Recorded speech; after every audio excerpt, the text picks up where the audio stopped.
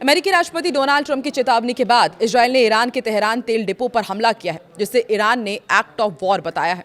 यह हमला ईरान के तेल इंफ्रास्ट्रक्चर पर पहला बड़ा हमला था, जिससे मध्य पूर्व में तनाव और बढ़ता दिख रहा है। नमस्कार, मैं हूं आकांक्षा और आप देख रहे हैं न्यूज 18 का डिजिटल प्लेटफॉर्म। अमेरिकी राष्ट्रपति डोनाल्ड ट्रंप ने शनिवार को दिन में कहा था कि आज की रात ईरान के लिए सबसे बुरी रात होगी। इस बयान के कुछ घंटों बाद ही इजरायल ने ईरान पर नए हमले शुरू किए हैं।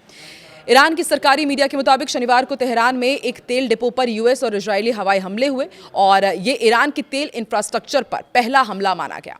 हमले के बाद ऑयल स्टोरेज टैंक में आग लग गई, जिसके बाद धुएं का बड़ा गुबार भी उठा। हमले के बाद आई फुटेज में आसमान में आग की ऊंची ऊंची लपटें और धुएं का बड़ा गुबार देखा जा सकता है। अभी हमले के नुकसान का आकलन नहीं हो पाया, लेकिन ये हमला अभी तक का तेहरान पर हुए हमलों में सबसे बड़ा माना जा रहा है।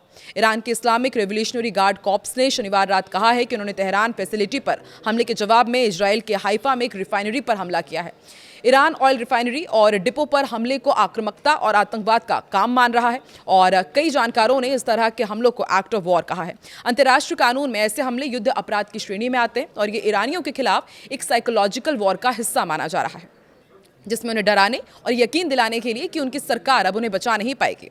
इजरायल ने इससे पहले यमन में भी बड़े ऑयल डिपो और रेजिडेंशियल इंफ्रा को टारगेट किया था।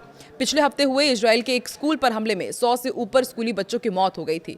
वहीं ईरानी मीडिया फारस न्यूज़ ने बताया कि ईरान के हमले में एक एम्बुलेंस भी खत्म हो गई। इसका असर मिलिट्री और सरकार के साथ साथ ईरानियों पर सीधे तौर पर पड़ सकता है, क्योंकि ये वो फ्यूल फैसिलिटी है जो तेहरान और दूसरे इलाकों को सप्लाई करती है। वहीं ईरान ने युद्ध के 9वें दिन भी अपने हमले जारी रखे, जिसमें उसने दुबई, सऊदी अरब, इजरायल पर ड्रोन और मिसाइल हमले किए हैं। इसके अलावा लेबनान की ओर से भी हिजबुल्लाह के इजरायल पर ड्रोन दागने की खबर है। कुल मिलाकर मिडिल ईस्ट में हालात बेहद तनावपूर्ण हो चुके हैं। इजरायल और ईरान के बीच ये टकराव अब एक बड़े क्षेत्रीय युद्ध का रूप भी ले सकता है।